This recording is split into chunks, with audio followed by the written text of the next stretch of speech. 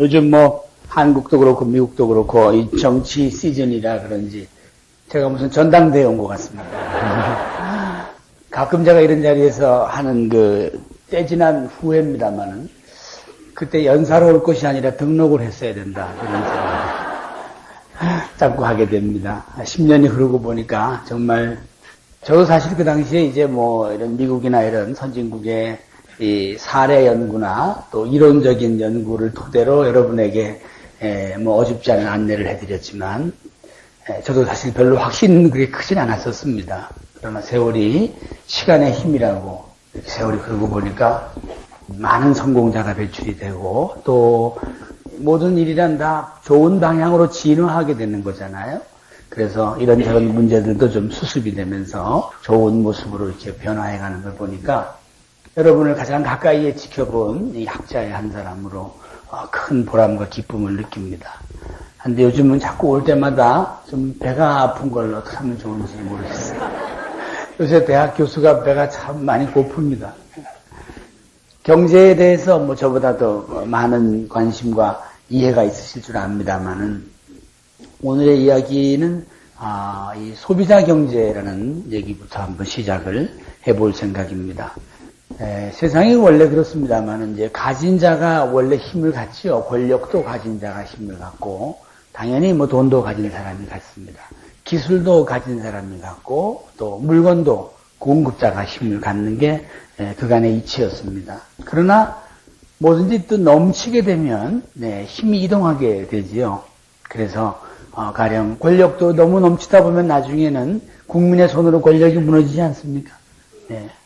심한 경우는 말이죠. 돈을 빌려준 사람이 나중에 돈 쓴 사람한테 채무 탕감을 해주는 경우도 있죠. 우리가 바로 외환위기 때 흔히 하는 말로 배째라라고 하는 모라토리움이라고 하는 것도 가지고 따지고 보면 때로는 돈 빌린 것도 힘이에요. 뭐 안 갚겠다는데 어떻게? 뿐만 아니라 계속 쓰지 않겠다는데 어떻게 하겠어요, 그죠? 채무자가 없으면 채권자가 없잖아요. 그런 것처럼 이런 변화 중에서 이제 가장 현저한 변화 중에 하나가 바로 생산자의 힘이 갈수록 약화되고 있다는 거죠.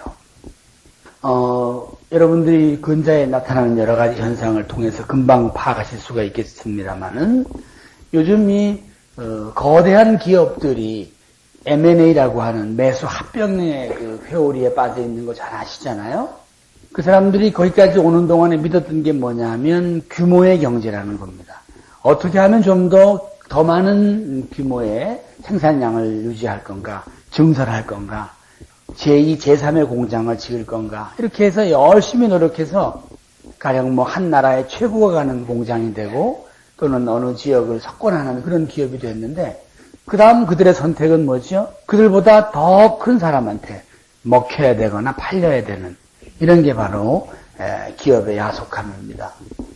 가장 최근의 이슈로는 여러분 포항제철, 오늘의 포스코라고 하는 회사조차도 인도 회사가 인수했으면 좋겠다 이런 의사를 표하기 위해서 사람을 보낸 바가 있습니다. 그 추이는 앞으로 지켜봐야 되지만 제가 볼 때 포스코도 물론이지만 한국을 대표하는 많은 기업들이 이 같은 세계적인 1등 기업들 또는 그 이상의 규모를 가진 기업들한테 끊임없이 매수 합병의 권유를 받게 될 것입니다. 아니면 그들을 매수하든가 말이죠. 둘 중에 하나입니다. 여러분이 그 자동차 그러면 이제 미국이 최고의 자동차 국가죠. 또 그들이 발전시켜온 기술이기도 합니다. 지금 미국의 자동차 회사 그러면 뭐 포드, GM, 또 크라이슬러라고 세계 한 5등쯤 되는 회사가 있습니다만 이 크라이슬러는 이미 그동안 스스로 독자 생존을 못해서 이 다임러 벤츠라고 하는 회사한테 합병이 돼서 이름이 길죠. 다임러 크라이슬러 벤츠 이렇게 돼 있는데 다임러 벤츠가 이 크라이슬러를 팔아버리겠다는 거 아니에요.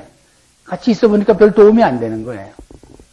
예전에 아이아코카가 가서 좀 본인은 성공했지만 기업은 여전히 문제인 채로 유럽 회사에 팔린 바가 있습니다만 자 근자에는 또 포드와 GM이 누군가를 합병하든지 아니면 자신들도 뭔가 어딘가 합병당하든지 해야 하는 또 이런 처지에 놓여 있습니다. 한데 1920년, 지금부터 한 80년 전만 해도 미국엔 말이죠.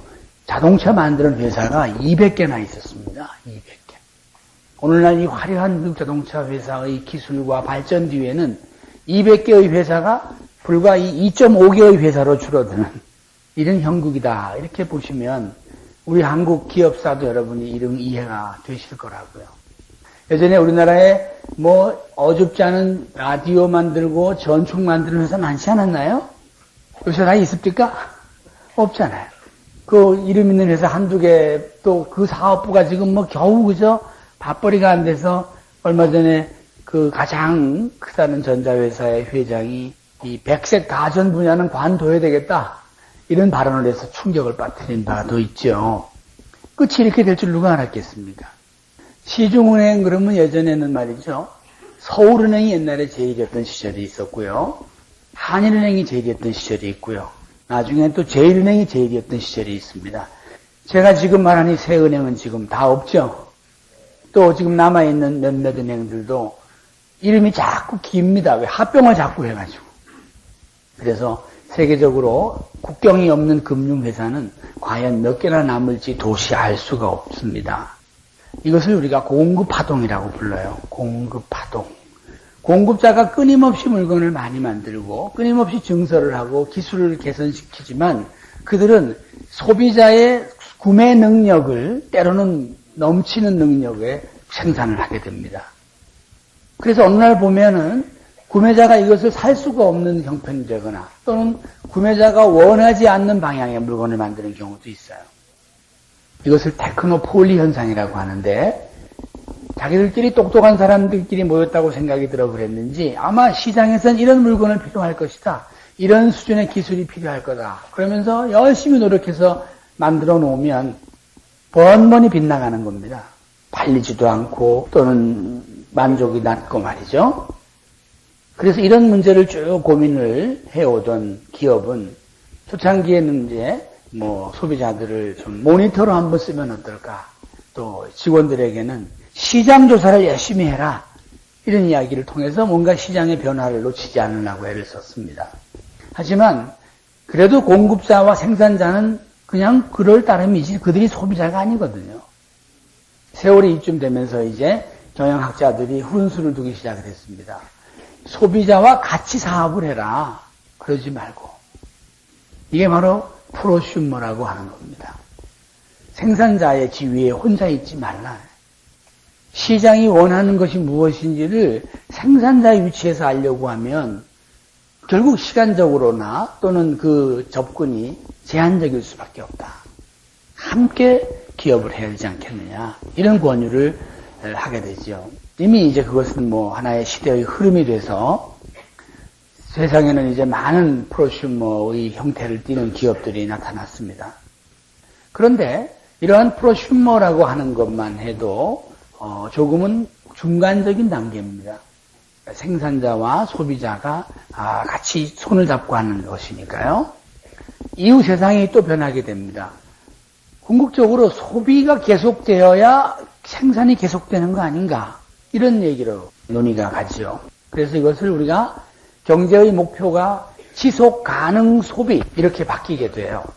여러분 예전에 우리 국가가 쓰던 경제 용어에는 뭐가 있었나요? 중단 없는 전진 그런 단어 기억나세요? 이때 전진은 주로 뭐를 의미하나요? 증설, 생산, 건설 그런 거잖아요.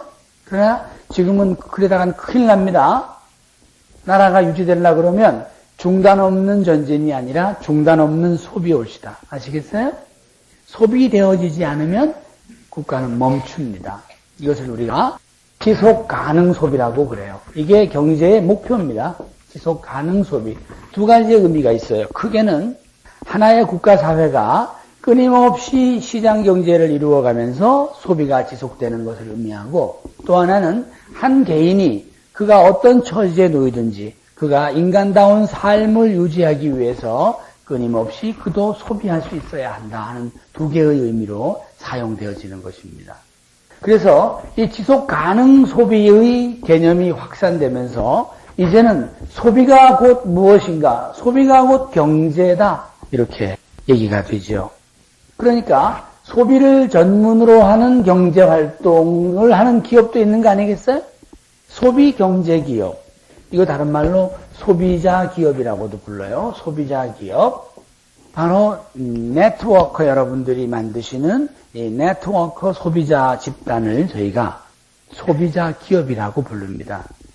여러분은 기업이라고요, 이 자체가. 그러니까 소비자끼리 모여서 무슨 기업을 만드나 그런 게 굉장히 낯선 개념이잖아요. 그러나 여러분이 만일에 우리나라에 소비자끼리 만든 소비기업이 많다고 그러면 생산하는 사람들이 겁이 나겠어요? 겁이 덜 나죠. 소비자가 어디 있는지 알거든요. 그 사람들이 뭘 원하는지 알고 가서 뭘 협상하면 되는지 알잖아요. 과거에는 소비자가 이렇게 기업화되어 있나요? 아니잖아요. 어디 숨어 있는지 알 수가 있어요. 그래서 무슨 코끼리 만드듯이 이런 식으로 접근을 한 거죠. 그래서 이제는 이 소비자 기업에 의해서 세상은 새롭게 활력을 찾게 됩니다. 당연히 정부의 정책도 소비가 지속될 수 있도록 정책적인 통제를 계속하지요. 그것이 바로 금융통화정책의 목표입니다. 요즘 우리나라 같은 경우는 이제 금융통화위원회라고 하는 곳에서 보름에 한 번씩 결정을 내리지요. 이자율을 어떻게 할 것인가, 또 돈을 얼마나 관리할 건가 하는 데 대한 초점이 예전에는 이게 어디에 있었을까요? 기업이 필요한 자금을 어떻게 여하히 공급할 것인가라고 하는 산업자본, 산업금융을 공급하기 위해서 이 정책을 주로 사용을 했습니다. 하나 지금은 그게 아니고 시장에서 소비가 어떻게 원활히 이루어지겠는가 라고 하는 걸 가지고 이 정책을 결정합니다. 그래서 여러분은 콜금리가 동결됐습니다 이런 말을 듣기도 하고, 콜금리가 올라갔습니다, 내려갔습니다 이런 말을 들으시는 것도 시중의 소비 상태를 전제로 해서 여러 가지 그 이후에 물론 이제 물가라든가 이런 걸 고려합니다만은, 그래서 이 정책을 은행이나 금융회사를 통해서 발표를 하게 됩니다. 그래서 여러분이 과거에는 소비가 미덕이다 또는 무슨 소비는 악덕이다 이런 논쟁 자체가 지금은 의미가 없습니다. 소비는 경제를 이끌어가는 기본 단위입니다. 기본 단위. 소비가 없는 곳에 경제는 없습니다. 이 같은 소비자 기업, 이 소비자 기업들은 어떤 사람들로 채워져야 될까요? 소비라고 하는 것은 아무리 자기가 깐깐하게 따지고 몇 번의 이 시장 조사를 하고 해도요, 사고 나면 일정한 후회는 늘 있습니다. 이걸 디서넌스라고 그래요. 특히 돌이킬 수 없는 치명적인 소비 같은 거 있잖아요. 가령 내가 몸이 아파서 내 몸에 도움이 되는 무슨 건강식품을 하나 사서 복용을 장기간 했는데 이게 부작용이 있는 물건이라더라. 이거 나중에 알고 되면 어떻게 되겠어요? 토해내겠습니까? 살점을 떼어내겠어요? 그건 참으로 어려운 얘기예요. 또 가령 우리가 고가의 제품이라든가 또는 전문적인 기능을 하는 품목이라든가 이런 경우는 한 번 잘못 사면 돌이킬 수가 없어요. 그래서 몇 번을 검토하게 되죠. 또 하나는 이제 구매에 있어서 물릴 수 없다. 리펀드가 환매가 안 된다는 것을 알고 살 때 되면 더 떨립니다. 돌이킬 수가 없잖아요. 그래서 딱 사는 순간에 굉장한 후회가 발생해요. 이거 물릴 수 없다는데. 우스갯소리입니다만 대표적으로 결혼이 그렇습니다. 결혼. 사회적 관념, 통념이 물릴 수 없도록 돼 있어서 신혼여행 가는 길이 되게 착잡합니다. 많은 사람 앞에서 성서를 하긴 했다마는 제가 기업에서 CEO를 하다가 대학에 와 선생을 하다 보니까 가끔 제자들 수례를 보러 가서 성원선언문 이런 거 하잖아요. 저는 이제 경영학 선생이니까 이 사람들 표정이 어떤가 하고 봅니다. 썩 그렇게 맑아 보이진 않았습니다. 어쨌든 그래서 이 소비라고 하는 것이 공급자들이 힘을 갖고 있을 때는요, 후회가 굉장히 많았으나 말할 수가 없었어요. 그래서 이들을 국가가 돌보는 정책을 쓸 수밖에 없었던 게 소비자 보호 제도라는 겁니다. 우리나라에도 있죠? 소비자보호원이라고 있고, 또 과거엔 정부가 전적으로 누구 편을 들었나요? 공급자 편을 들었기 때문에 그나마 이런 기구가 있었나요? 없어서 일부 여성단체들끼리 모여서 미약하나마 소비자보호단체를 만들어서 외로운 주장을 하고 그랬습니다. 하나 지금은 세상이 점점 변해서 공정거래위원회 이런 거 보면 이 사람들은 자꾸 누구 편으로 쓰려고 그러죠, 이제는? 예, 소비자 편으로 이제 자꾸 넘어오죠. 그 공정거래위원회 단어가 뭐예요? 기업끼리 뭐 하려는 거예요? 기업이 소비자에게 부당하게 하지 말라는 뜻이에요. 이 공정거래라는 게. 이런 것들을 전체적인 흐름을 놓고 보면 건강한 소비자를 길러내는 것이 힘 있는 기업을 길러내는 것보다 더 중요하다고 하는 것이죠. 그래서 이 같은 그 소비자 기업에서는 그러므로 소비에 관한 최고의 전문가들이 이제 나와야 되죠. 그런데 사람들은 자기의 욕구를 정확하게 표현할 줄 몰라요. 아, 뭔가 좀 달콤한 게 먹고 싶다. 그래서 그래, 뭐 먹고 싶은데 그럼 아무 말도 못해. 그러나 이런 것에 대해서 사전 경험이 있거나 정보가 많은 사람은 제안을 잘 할 수 있죠. 프로포절이라고 하는 제안. 그래서 그 사람은 다양한 정보를 가지고 그 사람 앞에 뭘 들이댑니까? 메뉴를 들이대죠. 이 사람이 이제 식사 전문가잖아요. 그런 것처럼 여러분이 그림을 보러 가고 싶은데 뭐 중세에서부터 오늘의 여기까지 그 많은 화가의 그림을 무슨 재주로 다 가서 골라서 보시겠어요. 그러나 여러분이 어느 갤러리를 방문해 보면 뭔가 골라서 붙여놨죠. 네, 그런 일을 하는 사람을 뭐라고 부르던가요? 큐레이터라고 부르죠. 바로 소비 전문 기업에는 소비 큐레이터가 있어야 합니다. 소비 큐레이터. 많은 사람에게 어떤 소비가 적절한 것인지, 또 어떤 소비와 어떤 소비를 섞어서 하는 게 좋은지, 꼭 계속 이 소비는 계속되는 게 좋은지, 얼마 만에 바꿔주시는 게 좋은지, 이런 것을 선택하고 제안해 주는 사람, 또 거기에 관련해서 가격이나 퀄리티, 품질을 통제해 주는 사람을 큐레이터라고 부릅니다. 주로 그동안은 이런 분들이 어디 가면 계셨죠? 과천 현대미술관에 가면 있죠? 국립박물관에 가면 있고요. 그러나 이제 우리 세상에 소비 전문 회사에 여러분을 저희들이 소비 큐레이터라고 불러요. 아마 세월이 좀 흐르면 여러분 나름끼리 무슨 자격증 제도를 만들어서 소비 큐레이터를 하나의 라이센스로 할 가능성도 배제할 수 없습니다만은, 그래서 이런 소비자 전문 기업에 가면 소비 최고의 전문가들이 소비 큐레이터라는 전문성을 갖기 위해서 끊임없이 공부를 하셔야 돼요. 오늘 여기 우연히 따라온 분들도 좀 계시죠? 이 뭐 좀 밥 사준다고 따라왔더니만 무슨 강의만 듣고 이거 왜 그러나 싶으시지만 이게 소비 큐레이터 집단이라서 공부를 억수로 합니다. 이게 시작이에요, 시작. 그래서 대학 선생님이 불려오고 그러는 거예요. 소비 기업은 따라서 학습 조직이라고 불러요. 서로 계속 공부해서 내부에서 새로운 아이디어가 나와야 되거든요. 제품에 대한 거, 소비자의 반응에 관한 거, 거래 제도에 관한 거, 물류에 관한 거, 애프터 서비스에 관한 거 끊임없이 논의를 하셔야 되거든요. 그러니까 기업이라기보다는 거의 포럼에 가깝죠. 네. 회의의 형식이 아니라 세미나잖아요. 우리 이 자리가 지금 세미나 아닌가요? 그렇죠? 네. 그리고 이런 최고의 전문가 집단들이 모여서 하는 학습 조직의 형태를 갖는다. 여러분이 이제 학습 조직 같으면은 본인의 공부가 매우 중요한 게 아니겠어요? 본인 스스로? 누가 뭐 강제로 한다고 되냐고요. 그래서 이 조직은 굉장히 수평적입니다. 여러분이 학교에 다녔던 기억을 떠올려 보시면 고등학교, 중학교가 무슨 뭐 어디 위계 질서에 의한 군대 조직이 아니잖아요. 다만 줄을 세울 때 뭐만 가지고 줄을 세워요? 성적일 때만 줄을 세워요, 이제. 결과로 봤더니 1, 2, 3, 4, 5등이더라.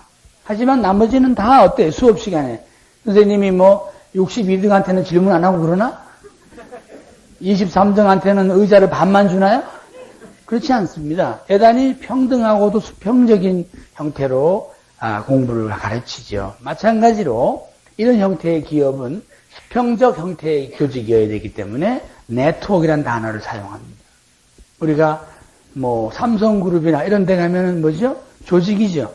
네, 수직화된 조직 또는 디비전, 그래서 뭐 본부, 뭐 또는 사업부 이런 식으로 만들지만 여기는 그렇지 않아요. 여기는 한 분 한 분을 하나의 개체로 본 수평적 네트워크 형태의 기업이다. 그래서 여러분이 네트워크라는 단어가 들어가 있습니다.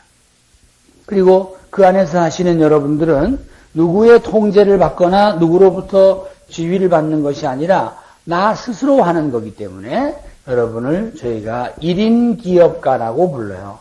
독립사업가 또는 1인 기업가. 그래서 최고 소비 전문가가 학습 조직의 형태를 갖추면서 1인 기업가의 네트워크를 만든 회사가 요즘 이 소비자 기업으로 여러분이 하나 1세대의 형태입니다.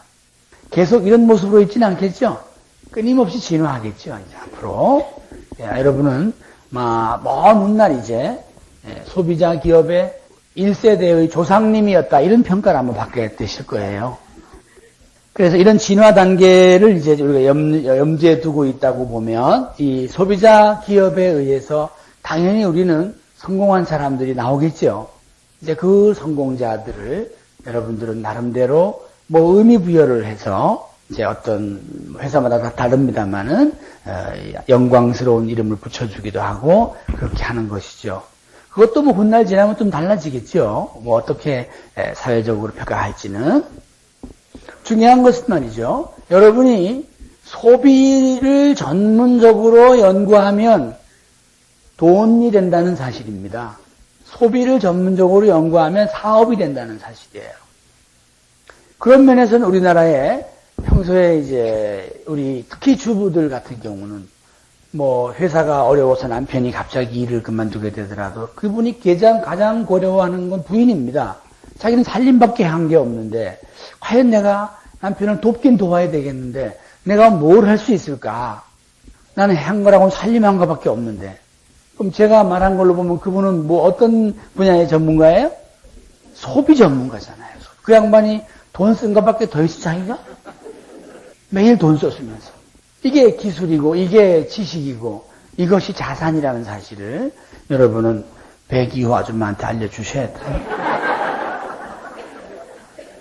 근데 왜 안 데리고 오셨어요? 여러분은 이건 리크루트가 아니잖아요. 네? 그분을 모르는 것으로부터 깨우쳐주는 거 아니에요? 네. 여러분들께서 그러한 이 소비에 대한 지식, 소비에 대한 경험, 이것이 다 자산이라는 사실을 알려주는 우리나라 최초의 국민이다. 그 말씀이에요. 그래서 이 네트워크 비즈니스에서는 경험이란 단어를 매우 소중히 생각합니다. experience. 소비에 대한 경험. 특히 어떤 것이 그럴까요? 자, 미래의 인간에게 분명히 큰 행복을 줄 것 같은 제품이에요. 또 그런 서비스입니다. 또 그런 기술인데, 이게 개인의 생명이나 또는 개인의 어떤 중요한 가치를 다루는 분야이다 보니까 사람들이 쉽사리 신제품에 손을 대지 않으려고 그래요. 하지만 사람 중에는 좀 모험적인 사람 있습니까? 없습니까? 있습니다. 모험적인 사람은 가다가 저기 지하철에서 방금 나온 신제품은 일단 사봅니다. 그 양반이. 사람은 이 혁신 소비자라 그래가지고요. 신제품만 기본적으로 좋아하는 사람이 있고요. 또 그 사람보다 조금 용기가 없는 사람은 누가 사기만 하면 바로 따라 사는 사람이 있습니다. 요거를 조기 수용층이라 그래요. 또 한 사람은 그 사실을 모르고 있다가 누가 뭘 좋은 걸 들고 있거든. 이거 뭐요? 그러면 내가 방금 산 거다. 그걸 보고 따라 사는 사람은 후기 수용층이라고 해요.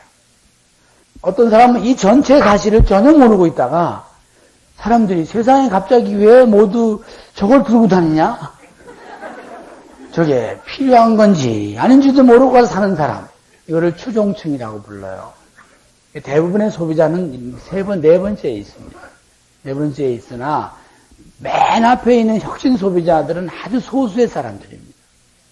이 사람들은 다른 말로 말하면 호기심 천국이기도 하고 모험가이기도 하고 또 다른 측면에서 그들은 아이디어맨이기도 해요. 나중에 결국은 그 사람이 뭔가 만들지 않겠어요? 왜 내가 생각하는 건 나오지 않지? 뭐 그러면서 말이죠. 바로 이 소비자 기업에서는 어떤 분들이 성공할 소지가 높으냐 하면 혁신 소비자 아이디어가 있는 사람, 혁신 소비자 태도를 가진 사람, 세상에 나온 모든 물건과 기술과 서비스는 인류에게 일단 이로울 것이다 라는 생각을 기본적으로 하는 게 좋습니다. 그러지 않고 야 저거는 폭탄이다, 뭐 저거는 괴물이다 이런 식으로 하면 여러분이 소비자 기업에서 성공하기 어렵습니다. 왜? 마지막 소비자가 될 테니까. 그때 이미 또 새로운 기술은 저희가 있지 않겠어요? 그래서 우리가 맨 앞에서 소비한 사람은 소비라고 불러요? 경험자라고 불러요? 예, 경험자. 그러니까 우리 여기 계신 우리 사장님 같은 경우는 우리 회사에서 최초의 경험자 그룹 아니에요? 네. 그러면 그만한 대가를 받아야 되는 거 아닙니까? 목숨을 걸고 그거 마셨는데? 지금 상태가 좋으시네, 보니까. 이것을 우리가 경험의 전달이라고 부릅니다. 우리가 네트워크 소비에서 다음 회원에게, 다음 레그에게 이 사업을 권유하는 게 아니에요. 경험의 전달입니다. 여기서 일부 조금 잘못된 생각을 가진 유사 네트워크 사업을 설계하거나 추정하시는 분들은 제 얘기를 잘 들으셔야 돼요. 이건 반드시 경험되어진 것만 전달되어야 합니다. 누가 무슨 아래 벽돌 빼다가 위에 갖다 꼭 그러라고 그랬어요. 계속 해보세요. 올라가나 안 올라가나. 그게 피라미드 아니에요? 경험이 돼야지, 경험이. 경험도 뭐 할 수 좋겠어요? 조금 시간이 흘러야죠. 또 좀 더 다양한 사람이 써봐야 되지 않겠어요? 또 기후가 좀 달라야 되지 않겠습니까? 해발 500m에서도 한번 써보고 물속에 가서도 한번 사용해보고 또 네팔도 한번 가서 써보고 남아공주가 써보고 그랬을 때 인류에게 좋은지 안 좋은지 검증이 되는 거지. 그러므로 이건 반드시 뭐가 있어야 되죠? 시간이 있어야 됩니다. 일정한 시간. 제가 이 분야를 쭉 연구해 보면요. 최소 시간이 여러분이 개인적으로 성공하는 데 필요한 것도 그렇고 또 이런 네트워크 소비 기업이 등 탄생해서 뿌리를 내는데도 그렇고 약 6년이 필요합니다. 저의 연구 결과로는요. 근데 어떤 회사는 6년 안에 성공했다, 6년 안에 망해. 이건 제가 볼 땐 넌센스예요. 그분들은 꿈만 그린 사람들이지 경험을 공유하지 않았다는 것이죠. 지금 우리나라에는 벌써 세월이 흘러서 10년이 넘는 기업들이 꽤 있죠? 네. 이젠 제가 따로 뭐 연구 안 해드려도 돼요. 자체 내에서 다 검증이 됐거나 또 내부에 이론가들이 등장했기 때문에 저는 어쩌다 한 번씩 와서 이제 뭐 큰 틀에서의 방향을 한번 도와드리거나 그러면 뭐 저희들이 할 수 있다. 선생이 하는 일은 거의 다 하는 겁니다. 오늘 이 자리에 처음 오셨거나 또 혹시 제 이 얘기를 처음 듣는 분이 계시면 꿈을 가지시는 건 좋지만 경험되어진 후에 꿈이 현실이 될 것이다 라는 건 잊지 마셔야 해요. 제 아무리 좋은 제품이고 제 아무리 좋은 서비스라도 전달하는 내가 사용해보지 않았는데 내가 그 결과를 모르는데 어떻게 그걸 여러분이 자신 있게 말할 수 있겠어요? 똑같이 나오는 물건도 분량이 얼마나 많은데 환경과 여건에 따라서 반응이 어떻게 다른데 말이죠. 그래서 우리가 상위 사업자의 경험을 자꾸 듣게 되는 것이죠. 왜? 기왕이면 좀 더 압축해야 될 거 아니겠어요? 네. 어떻게 하면 내가 소비자 경험을 좀 더 압축할 건가? 그래서 이런 펑션 같은 게 있는 거라고요. 그러면 이미 어떤 제품의 경우는 검증이 끝났는데 저분들의 얘기를 들어보니 그런 것 같구나. 저분들의 회원이 지금 뭐 500명이고 저분들의 하위 사업자가 뭐 10,000명이고 이것은 뭐 규모가 크구나 이게 아니잖아요. 검증단이 저렇게 탄탄하구나. 이렇게 해석되어지는 것이죠. 이런 점에서 이 소비자 기업들이 하게 되는 이런 일련의 작업들, 이런 것을 우리는 뭐라고 부르느냐? 가치화 작업이라고 부른다고요. 가치화. 네. 소비의 가치화라고 부르는 거예요. 우리가 샀다가 그냥 집에다 버리는 게 얼마나 많아요. 그것은 뭐예요? 가격만 지불한 거 아니에요? 하지만 정말 내가 쓰길 잘했다. 두고 기억에 남고 다시 한번 기회가 되면 그곳에 꼭 가고 싶다는 건 이미 뭐가 된 거죠? 가치화가 된 겁니다. 여러분이 쫓아야 할 것은 뭐냐? 가치 있는 소비예요. 가치 있는 소비. 우리가 무슨 예전에 우리 사회에서 이제 저축을 장려하느라고 소비에 대해서 다소 좀 편향된 여론을 조성한 것은 있습니다. 우리나라는 아시겠지만은 1960년대 초반까지 농업국가였습니다. 국민의 80%의 직업이 농민이었기 때문에 이 좁은 국토에서 살아갈 방도가 없었어요. 식량 자급도 안 되는데. 따라서 국가는 그때 공업으로 가기로 결심을 합니다. 그러려고 하면 많은 기업에게 돈을 공급해야 되는데 돈이 있으려면 어떻게 해야 돼요? 국민들에게 저축을 하게 해야 했습니다. 저축은 소득의 함수이지만 더 그 소득이 증가하지 않는 분에게는 뭐의 함수예요? 소비의 함수예요. 소비를 줄이면 그분 저축할 수 있잖아요. 그러다 보니 오늘날 이 중요한 소비에 대해서 우리가 좀 왜곡된 가르침이 있었던 건 사실입니다. 그래서 소비를 일부 혐오하는 분도 계시기도 하고 그것을 유언으로 넘기는 분도 계시고 그래요. 개인적으로는 그래도 괜찮아요. 하지만 사회가 그랬다면 큰일 납니다. 그러나 이런 소비는 나빠요. 과시소비라든가 과소비라든가 이런 건 나쁘지만 가치 소비는 어때요? 삶의 의미를 계속 향상시켜주기 때문에 이것은 권할수록 좋은 거죠. 네, 다다익선이잖아요. 우리가 좋은 책을 많이 읽을수록 좋은 것이 몸에 이로운 것인 것처럼 그래서 여러분이 하시는 작업은 사회적 정당성이 있습니다. 뭐라고요? 밸류에이션. 가치화 작업을 한다는 것이죠. 가령 우리 네트워크에서 어떤 품목이 잘 팔리고 있다는 얘기는 뭘 말합니까? 대박이고 히트작인가요? 그건 공급자는 그렇게 말할 수 있겠죠.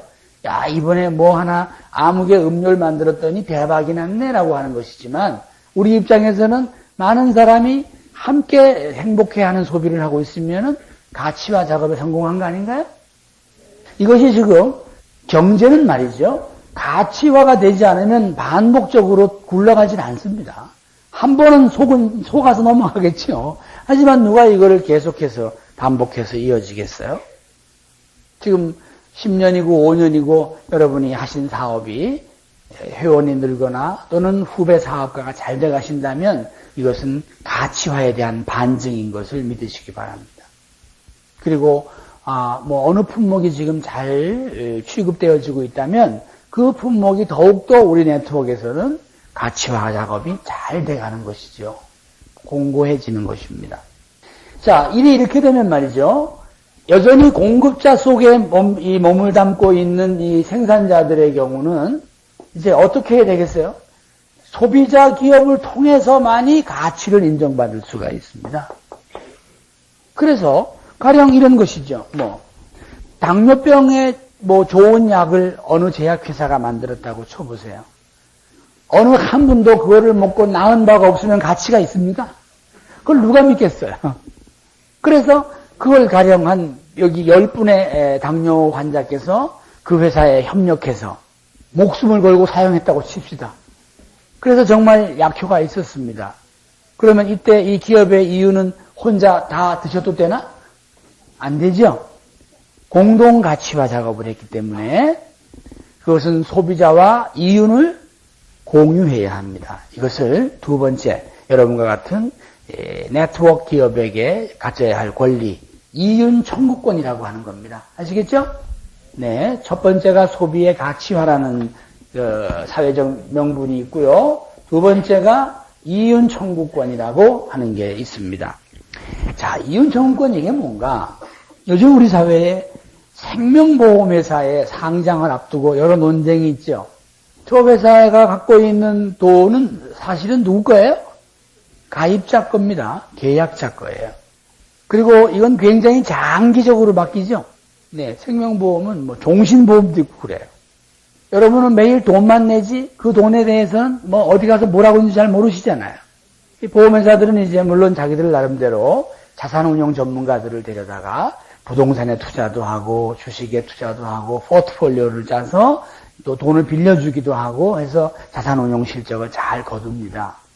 기업은 이제 일정한 세월이 흐르고 나면 공개하려고 하죠. 증권시장을 통해서. 공개를 할 때는 주주에게 이득이 돌아가는 창업자 이득이라 그래서 공개 차익이라는 게 있습니다.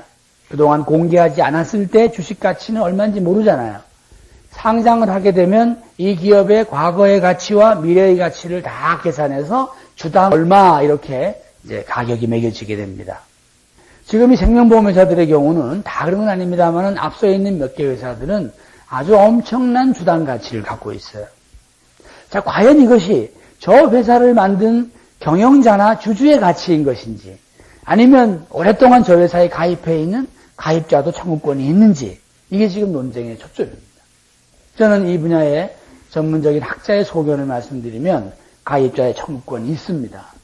왜? 가입자가 없었으면 그 재산이 형성됐겠어요? 그렇다고 전적으로 있는 것도 아닙니다. 왜? 가입자가 그럼 자기 혼자 그 돈 가지고 그렇게 한번 키워보시지 그래? 여러분이 주식 투자 같은 걸 해보시면 저도 젊어서 펀드 매니저였습니다. 저희 같은 투자 전문가가 물론 여러분보다 조금 나은 바도 있지만 대체로 좀 더 나은 성과를 거두는 이유는요. 투자 원금이 여러분보다 압도적으로 많습니다. 그리고 오늘 주식을 잘못 사도요. 내일 새로운 가입자가 들어와요? 안 들어와요? 그래서 만회할 수 있는 돈이 맨날 들어와요. 속된 말로 물타기를 할 수 있기 때문에 충분히 만회가 되지만 여러분은 그냥 어느 하루 몰빵했다간 못 나와. 그래서 규모가 큰 사람한테는 이긴다는 게 쉽지 않아요. 보험에 유명한 단어가 있잖아요. 만인은 한 명을 위하고 한 명은 만인을 위하여. 그런 것처럼 그 효과로 보면 이런 시스템을 만들고 이런 회사를 운영한 사람의 공로가 당연히 있는 것입니다. 이 둘은 나누어 가져야 해요. 한데 이제 보험의 경우는 말씀드리면 가입자가 그동안 먼저 들었다가 나간 사람이 있고 이제 들어온 사람이 있고 이걸 누구에게 한정해서 돌려줄 것인가라는 문제가 있어서 개별적으로 이윤 청구권자를 적시해서 돌려주기는 어렵습니다. 그러므로 제가 볼 때는 뭉뚱그려서 환원해야 할 것입니다. 지금 이제 차선책으로 공익에 출연하는 이 형태를 취하게 될 건데요. 자, 마찬가지 이치입니다. 아까 말씀드린 것처럼 우리가 소비 큐레이터 여러분들의 노력에 의해서 많은 소비 회원들에 의해서 어떤 회사가 한번 가치화 작업이 되면 반복 소비가 될 거 아니겠어요? 네, 5년, 10년 계속 우리 네트워크를 통해서는 가령 생수통 그러면 그 집 것만 나가지 않겠어요? 자, 그래서 그 집이 현저하게 돈을 벌었다고 칩시다. 함께 이 소비에 동참한 우리가 이윤 청구권이 있는 거 아니에요? 그게 여러분에겐 뭐라고 되어 있죠? 보상 시스템이라고 되어 있습니다. 여러분이 여기에 보상이라고 써 있는 저 보상은 판매 수당이 아닙니다. 그렇게 생각하시면 안 돼요. 이거 영업 보상이 아니라고요. 이것은 공동으로 그 소비 기업을 이끌어 나가는 여러분이 정당하게 갖는 이윤입니다. 이윤. 우리가 30 몇 점 몇 프로 이런 거 있죠? 이게 수당 같으면 이렇게 높아지겠어요? 수당이 그런 게 어디 있어요? 수수료 수당은 높아봤자 몇 프로지. 이게 몇십 % 정도 될 수 있는 건 뭐죠? 이윤이기 때문에 그래요. 이윤. 그러면 이 이윤 청구권은 결국 여기서는 어떤 사람에게 우선적으로 있는 거죠? 누가 먼저 선험자인가? 먼저 경험을 제공한 사람인가? 이거에 따라 달라지는 거예요. 여러분이 여러 형태의 보상 시스템이 있는 걸로 알고 있습니다만 앞으로 제 오늘의 이 강의를 중심으로 해서 여러분이 보상이란 단어를 쓰지 않았으면 좋겠어요. 저의 학문적인 견해는 여러분의 정당한 이윤 청구권입니다. 소비자는 이미 이건 학계에서 논의가 되고 있는 거라고요. 어떤 물건을, 어떤 기업의 제품을 운명적으로, 반복적으로, 지속적으로 소비할 수밖에 없는 소비자의 경우는 그 기업에게 일정 기간이 흐르고 나면 그 기업 이윤을 청구할 권리가 있다. 그렇지 않아요? 앞으로 이것이 다양한 형태로 제도화될 것이에요. 그런 면에서 여러분이 얼마나 큰 일을 하고 있는가. 권리라고요, 권리. 어떻게 보면 나 혼자 가가지고 매일 먹는 사이다가 있다고 칩시다. 오늘은 이 가게 가가지고 한 병 사 먹고 내일은 여기 가서 사 먹고 평생을 딴 집에 가서 다 사 드셔보세요. 매일 사이다를 드셨지만은 어디 가서 이윤을 청구하겠어요. 그런데 A라는 집에 가서 회원으로 등록을 하고 계속 그 집에서 일생 동안 사이다를 드셔보세요. 그리고 사이다 회사를 찾아가서 내가 당신네 회사의 사이다를 이렇게 평생 먹었는데 내가 처음 사 먹을 땐 당신들 회사 주가가 500원이더니만 지금은 100만 원이네? 나한테 뭐 좀 줘야 되지 않냐? 여러분이 만일에 평생을 드셨다는 걸 입증하게 되면 그 회사가 가만히 있겠어요? 실제로 현재 국내 모 사이다 회사가 옛날에 주가가 500원이었는데 지금 100만 원이 오시다. 사이다는 다 먹는 게 아니지만 드시는 분은 매일 드세요, 안 드세요? 매일 들기만 해요? 밥을 말아 먹더만 내 주변에 있는 분. 어떻게 보면 인이 백인 것 같아 보이지만 그분은 저쪽에 뭐라고 돼 있죠? 그것을 가치화 작업이기 때문에 삶의 의미예요. 일단 마셔야 돼, 일단. 이런 분을 그 사이다 회사가 만일에 10명, 20명 이렇게 그룹화되어 있다는 사실을 알면 나름대로 이윤을 돌려주는 방법을 연구 안 하겠어요? 그게 여러분들 아니에요? 그런 겁니다. 앞으로 이런 일은 더 일반화될 거예요. 왜냐하면 사람들은 이제 어느 한 곳에 가서 정해놓고 앵커링이라고 해요. 정해놓고 계속 소비하면 유리하다는 사실을 조금씩 알게 됐다 이 말씀이죠. 비행기를 타보세요. 이 비행기 저 비행기 막 타면 가서 대우받아요? 그렇지 않잖아요. 요즘 같으면은 뭐 카를 타거나 아시아나를 타면 그들끼리 또 연결되어 있는 국제망이 있죠. 네, 뭐 스타라이언즈라든가 뭐 또 무슨 스카이 뭐 팀인가 이렇게 되어 있어요. 그래서 같은 종류의 팀의 걸 타면 똑같은 대우를 받습니다. 그럼 그 다음부터는 기다렸다가 그걸 타고 가죠. 그럼 나중에 그 회사에서 가령 가다가 저기 앞에 비즈니스 클래스에 자리가 하나 남으면 이분한테 옮겨 업그레이드 해줍니다. 이건 서비스가 아니에요. 이윤 청구입니다. 아시겠죠? 그래서 무슨 카드를 들고 다니죠? 마일리지 카드를 가지고 다니잖아요. 어느 주유소를 여러분이 계속 반복적으로 사용하시면 주유소 주인이 고마워서 가끔 돈 줘요, 안 줘요? 이 캐시백이라고 하는 거. 캐시백. 현찰로 드리겠습니다. 이것도 이윤 청구예요. 보상이 아닙니다. 보상이라고 하는 것은 줘도 그만이고 안 줘도 그만이에요. 권리가 아니기 때문에. 그러나 청구는 그렇지 않아요. 안 주면 큰일 난다고요. 더 중요한 것은 이윤이라는 것은 어때요? 변하는 것이기 때문에 여러분이 청구하는 금액과 비율은 늘 변할 수 있다는 사실을 잊지 마셔야 돼요. 끊임없이 협상해야 합니다. 이번엔 36%인데 이번엔 38%, 이 제품은 28%, 끊임없이 서로 이것이 이윤이 가치화되는 어느 단계에서는 계속 조정해 나가는 것. 이것이 여러분이 갖는 고유의 권리입니다. 그래서 우리가 두 번째, 이 이윤 청구권을 이 사회에 뿌리내리게 되는 여러분의 혁신적인 기능이 있다. 이렇게 제가 말씀드릴 수가 있습니다. 여기까지는 대단히 경제적인 얘기고요. 자, 생활 측면에서 제가 또 생각하고 있는 분야가 있습니다. 기업의 수명이라고 하는 것. 지금 뭐 여기서 동네의 기업 그러면 다 공급자, 생산자이기 때문에 대충 짐작이 되시겠지만은 예전에는 기업의 수명이라는 게 한 30년, 25년 이렇게 보편화됐어요. 그래서 어느 직장에 들어가면 한 20년 근무하는 거에 가능했습니다. 그러나 지금은 말이죠. 세계적인 기업도 수명이 너무 짧습니다. 그래서 어느 직장에 들어가면 한 20년 근무하는 거에 가능했습니다. 그러나 지금은 말이죠. 세계적인 기업도 수명이 너무 짧습니다. 대개 여러분이 합병을 한다 그러면요. 피합병 회사의 절반은 대개 나가요. 특히 간부들은 다 나가. 금융회사 같은 경우는요. 과장 이상은 전원 나간다고 보면 돼. 저기 팔려가는 회사의 경우. 피합병은행의 경우. 말단 행원 정도만 데리고 갑니다. 그게 원래 조직의 그 관행이에요. 미국에서 한 500대 기업 정도면 뭐 우리나라로 치면은 삼성전자 정도 되는 회사들이에요. 이런 기업의 평균 수명이 40년밖에 되질 않습니다. 40년. 창업에서부터 화려한 성공과 몰락에 이르기까지가 40년이에요. 일본의 100대 기업의 평균 수명이 30년입니다. 요즘 뭐 기술의 경쟁이 심한 IT 분야는 말할 수가 없어요. 유럽의 IT 100대 기업의 평균 수명은 13년이에요. 창업했다가 성공했다가 문 닫는 데 걸리는 시간이 13년이라고요. 한데 이제 남자가 가정을 이끄는 걸 전제로 말씀을 드리면 평균 수명을 72세로 봤을 때 남자가 결혼을 하고 가정을 이끌어 나가려면은 29년간은 돈을 벌어야 합니다. 과거에 우리가 이제 이런 기업 수명이 막 30년 뭐 이렇게 될 때는요, 이게 어느 정도 가능했어요.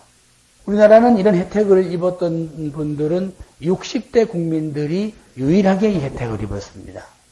그분들이 사회생활 하시는 동안에는 우리 사회에 비교적 장수하는 기업들이 있어서 현재 우리나라의 60대의 경우 직장생활 하신 분들의 평균 재직기간이 딱 29년입니다. 그러니까 다 찾아먹고 나가셨다 이렇게 말할 수 있어요. 50대가 이제 그 뒤를 따라가다가 망한 케이스입니다. 저도 50대입니다만은 50대가 이제 60대 선배들을 딱 보고 야 이거 학교 가서 공부 조신하게 잘하고 어느 대기업에 쫙 들어가거나 안정된 직장에 탁 들어가면 저렇게 끝나겠구만 하고는 뭐 취직과 동시에 결혼하고 그랬습니다. 그때는. 예를 들어서 대학 졸업하고 대기업에 들어가 보세요. 주위에서 바로 이제 결혼해야지 이렇게. 요즘 같으면 택도 없는 소리지만 그때는 또 했어요. 그렇게. 신입사원 주제에 결혼하고 그랬다니까요. 그 회사가 계속 있을 줄 알고. 그래서나 우선 뭐 제 얘기만 해도 제가 지금 대학 교편을 잡고 있는 교수입니다만은 이게 저한테 벌써 5번째 직업이에요. 저야 그래도 왔다 갔다 하니까 그나마 이 나이에 여기 불려와서 그래도 떠들기라도 하지. 제 친구들은 거의 뭐 부르는 사람도 없고 갈 데도 없고 뭐 오늘도 산에 갔다 왔을 거야 아마 산에.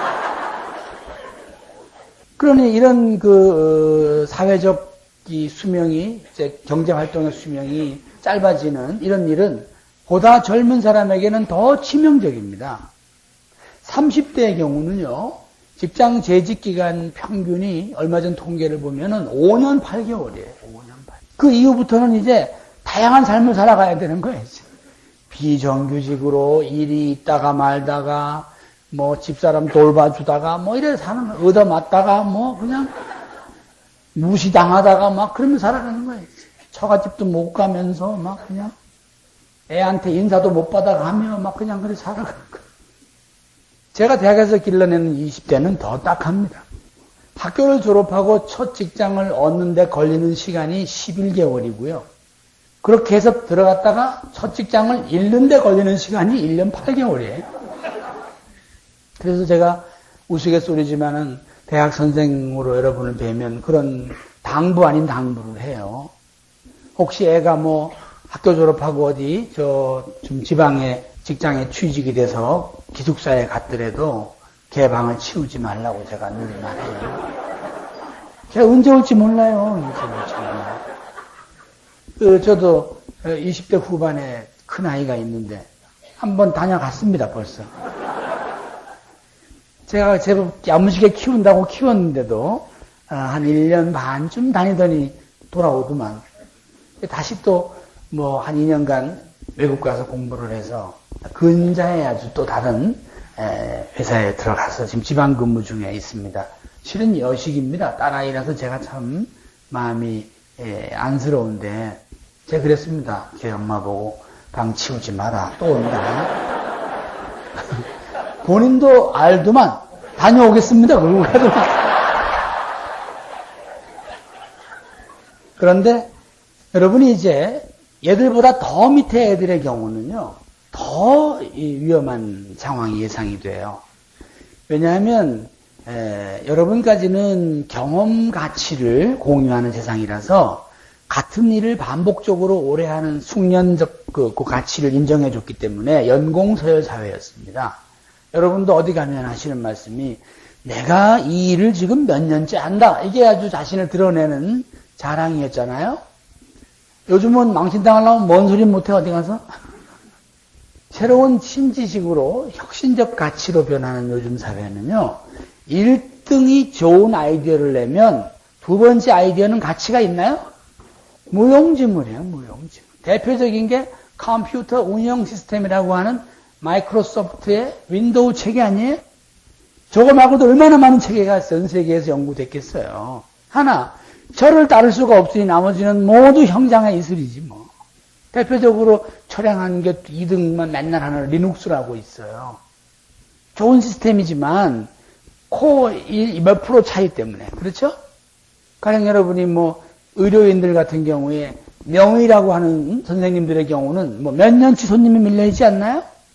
근데 그게 그 반열에 못 들어가시는 선생님은 스스로 자기 병을 돌보고 있거나 그렇잖아요.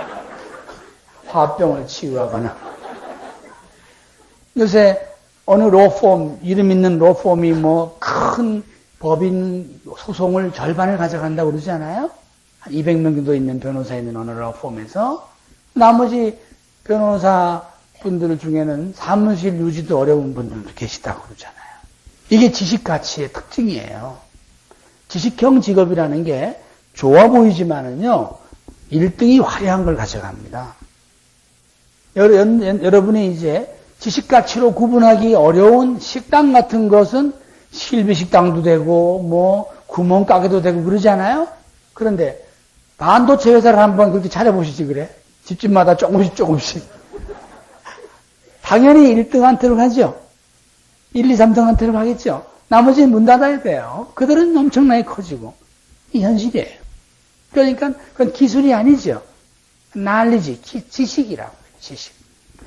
특히 이제 지식 가치로 살아가야 하는 오늘의 10대들의 경우는 이렇게 놓고 보면 저희들의 짐작으로는 한 1% 정도만이 부모 곁을 떠나서 한번 자립해서 일자리를 갖지 않을까. 그래 예측이 돼요. 그럼 나머지 아이들은 엄마를 안 떠난다고 봐야지. 걔는 그냥 있을 거니까 그런 줄 아세요.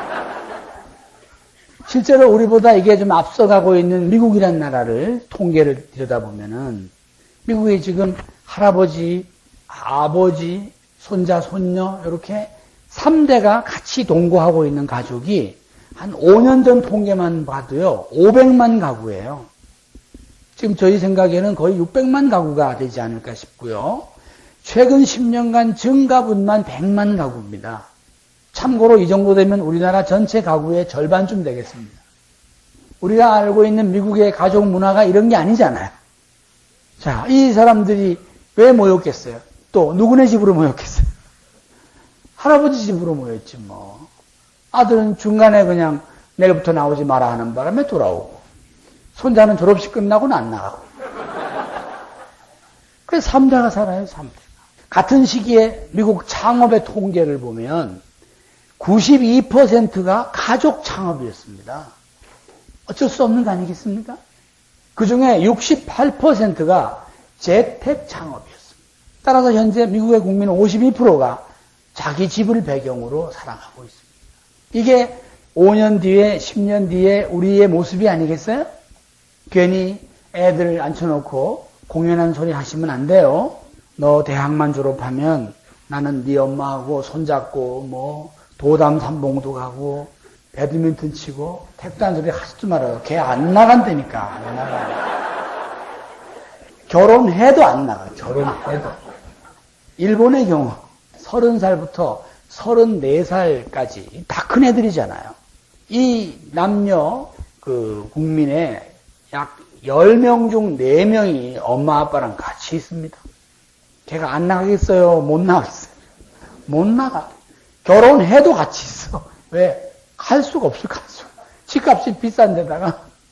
그래서 이런 일련의 상황 때문에 저희가 세 번째로 또 국민 여러분들에게 미리미리 부탁하는 게 뭐냐 하면 가정이라고 꾸리셨으면 가업이라는 것이 있어야 되겠다. 패밀리 비즈니스가 있어야 되겠다. 아이가 총명해서 뭐 나중에 법률가가 되고 의료인이 되는 건 두 번째 문제고 그건 걔가 경쟁에서 이겨봐야 하는 거잖아요. 또 거기 갔다고 뭐 다 성공하나? 이거 할 얘기 아니지만 미국 같은 데 가보세요. 변호사가 많겠어요? 죄수가 많겠어요? 하도 변호사가 많아가지고 간간히 막 변호사가 죄수가 되고 막 그래요. 드릴 말씀이 아니지만 우리도 머지않아 이제 사법고시가 없어지고 로스쿨이라 그래서 좀 더 문화가 넓어지면 이런 일이 안 생기란 법이 어디 있어요. 또 종합병원도 보면은 크고 이름 있는 병원은 자꾸 모습이 컸지 않아요? 멤머드하게? 근데 어느 병원에 가면 환자보다는 뭐 쥐 2마리, 고양이 5마리 뭐 그런 데도 있어. 그러니까 섣불리 개업도 못 해가지고 이분들끼리 그냥 서로서로 손잡고 건물 하나를 이렇게 차지해가지고 뭐 너는 1층에서 무슨 과하고 너는 뭐하고 그래가지고 무슨 클리닉 이렇게 주로 땀만 먹지 말자고 한마음 클리닉 뭐 이런 연합개업을 하게 되고 하는 이런 형국인데 그래도 이 사람들은 나름대로 뭐 공부 꽤나 했다는 사람도 지금 상황이 이런데 지금 집에 상태는 여러분이 알잖아요. 걔 상태가. 물론 아이를 다 공부로 그럴 건 아니었습니다만은, 그러나 여기서 또 하나 제가 선생이 돼서 공부에 대한 중요성을 말하지 않을 수가 없습니다. 과거에 이제 지식사회가 아닌 시절에는 사실 공부를 잘하는 사람이 사회생활을 잘 못했습니다. 왜 잘 못하냐면 이런 특징이 있어요. 공부를 잘하는 사람들은 대개 남의 도움이 필요가 없습니다. 그러다 보니까 남에 대한 배려가 약하게 돼 있어요. 어쩌다가 도움을 준다는 게 엄한 짓이 나오는데 걔를 친하고 싶겠어요, 정말? 지가 생각하면 저걸 말이라고 하고 있나? 그럼 아예 말을 안 해, 그 말 자체를. 심지어 부모하고도 말을 안 합니다. 부모가 감사한 건 감사한 거고, 나의 대화 상대가 아닌 건 아닌 거잖아요. 갑자기 몇 분들은 표정이 굳어지시네요.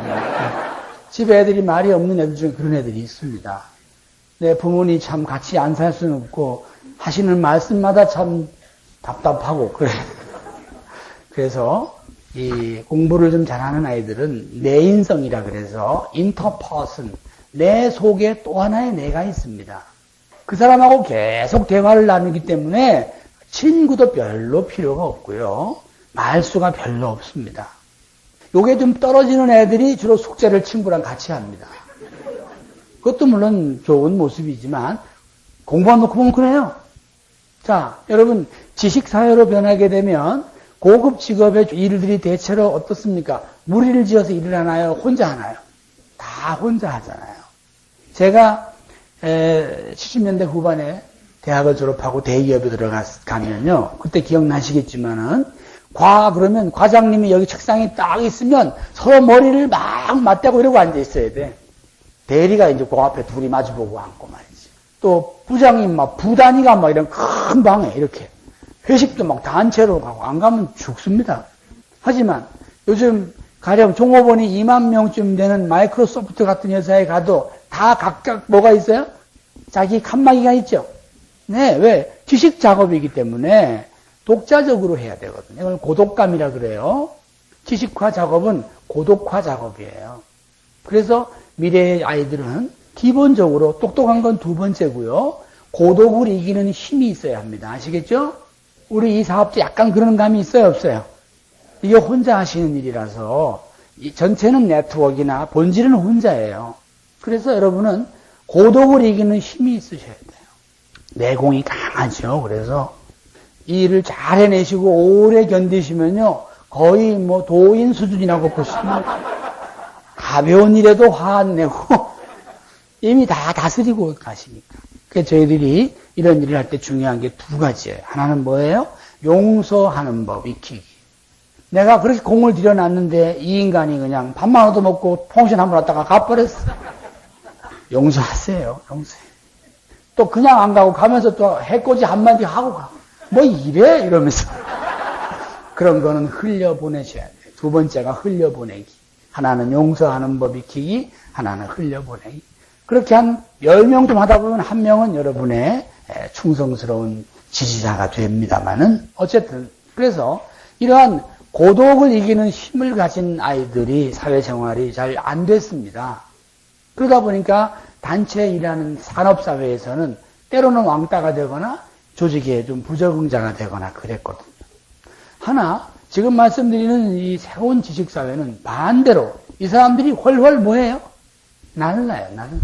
예를 들면 제가 운동 전문가는 아닙니다만은 축구에 보면 스트라이커라고 결정적인 골 넣는 사람 있잖아요.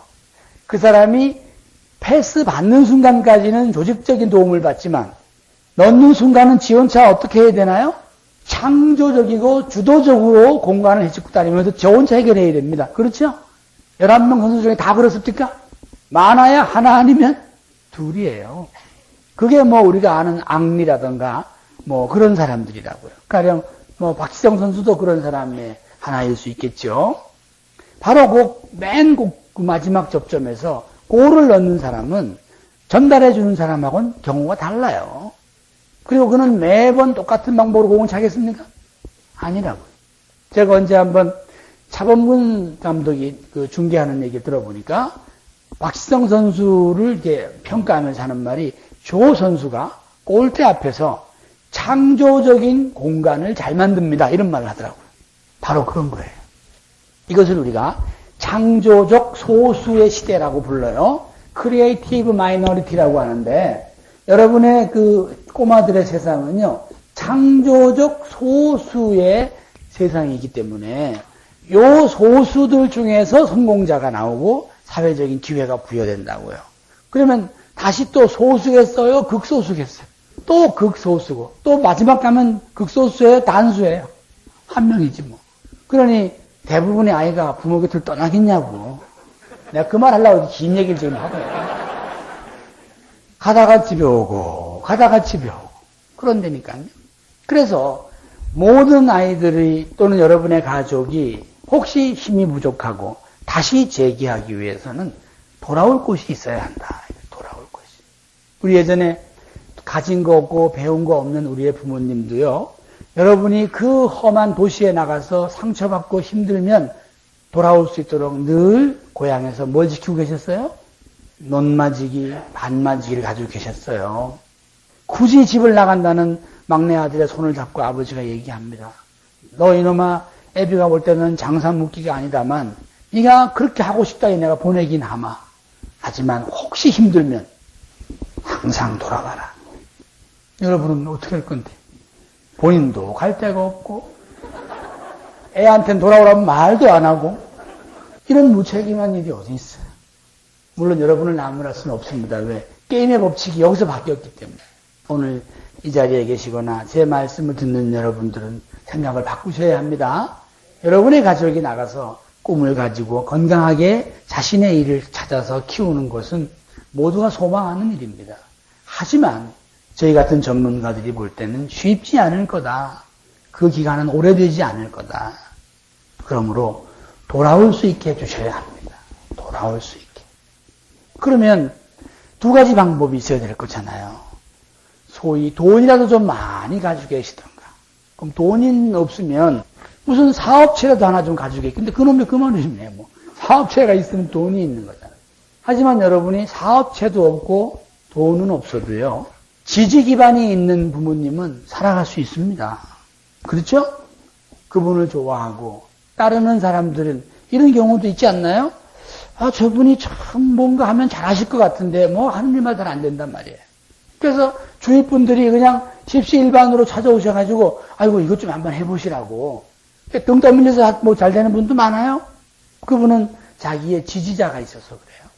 바로 이제 오늘날 미래 사회를 살아가는 방법 중에 하나가 여러분이 인간 자본, 휴먼 캐피탈이라고 하는 지지자를 꼭 가지고 계셔야 돼요.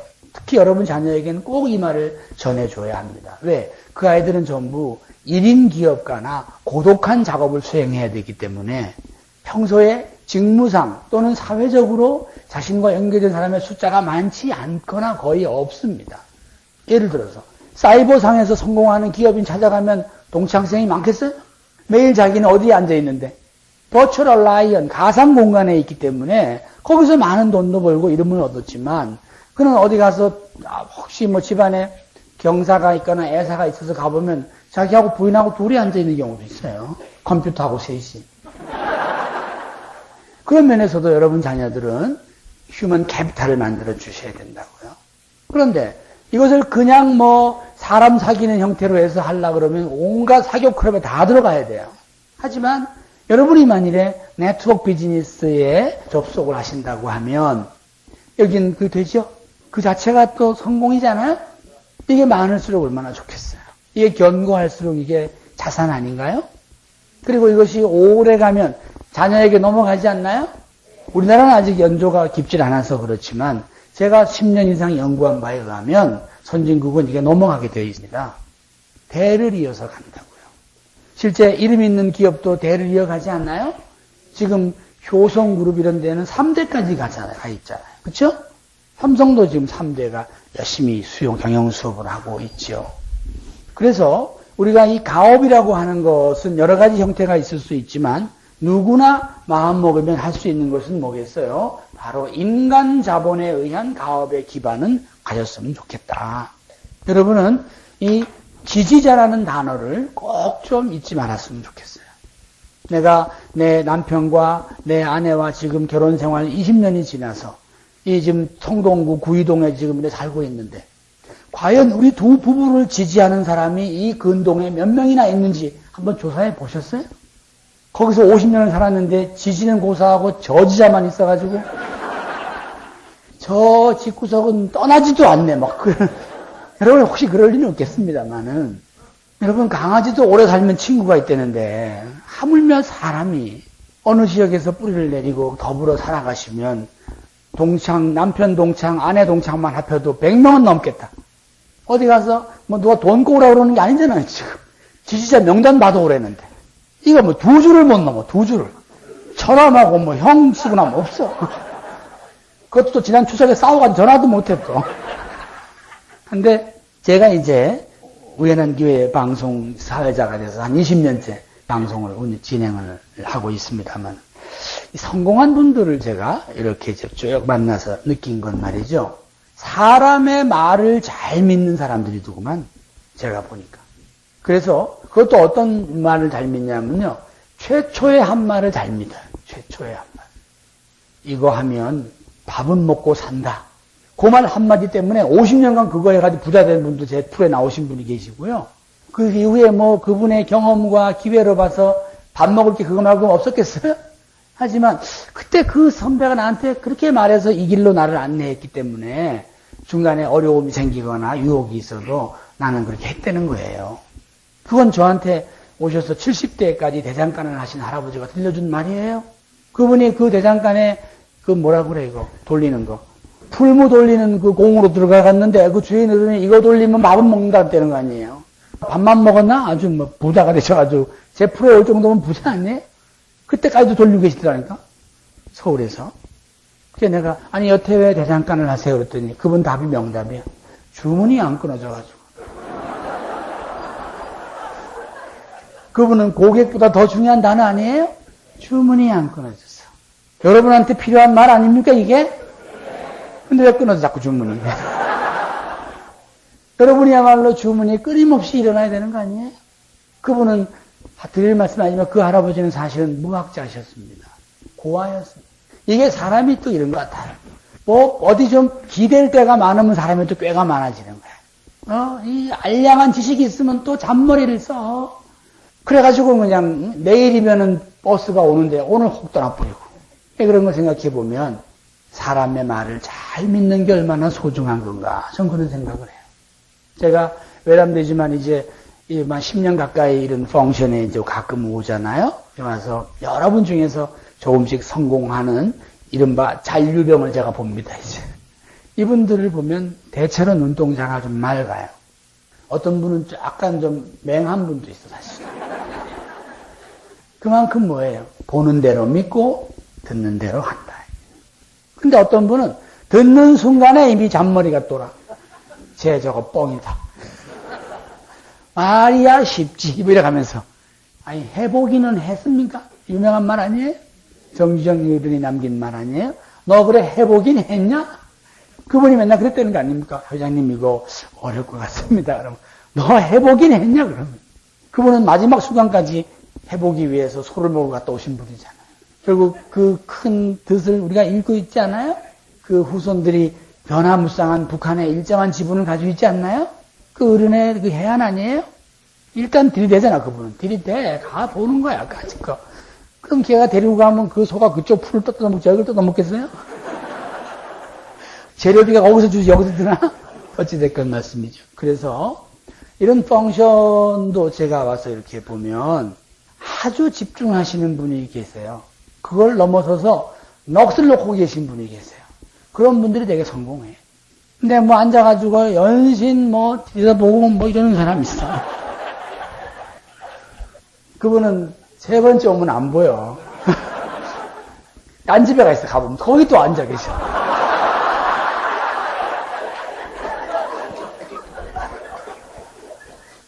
그래서 우리가 무엇을 믿는다고 하는 것은 사실은 사람에 대한 호의의 표현 아니겠어요? 이 사람이 나한테 나쁜 걸 권하겠는가? 대체는 여러분이 이런 일에 제안하시는 분들은 그래도 좀 뭐 다리가 뻗을 만한 분들 아니에요? 그래서 얘기하는 건데, 여러분을 꼬드기겠어요? 무슨 지옥으로 몰고 가겠어요? 물론 이제 서로 일을 개인 능력 차이가 있어서 어떤 분은 좀 진도가 빠르고 그런 건 분명히 있습니다. 있지만 본질적으로는 이로운 것이니까 구원하고 모시고 왔을 거잖아요. 뭐 나만 이롭지 않으면 하다못해 둘 사이는 이루어야 될 거 아니에요. 둘이면 서로.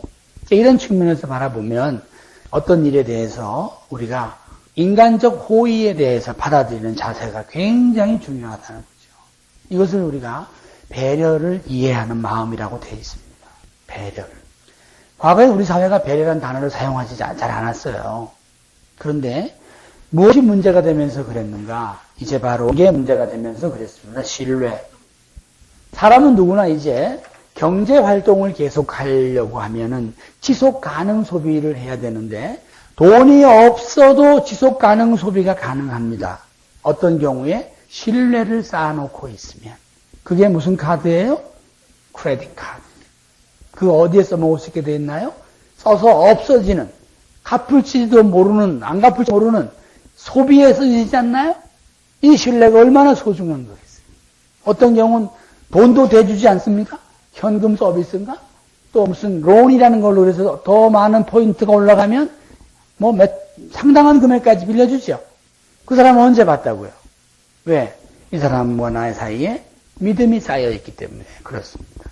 앞으로 세상은 실력이 없어도 살 수 있을지는 모르나 신뢰가 없으면 끼워주질 않습니다. 끼워주질.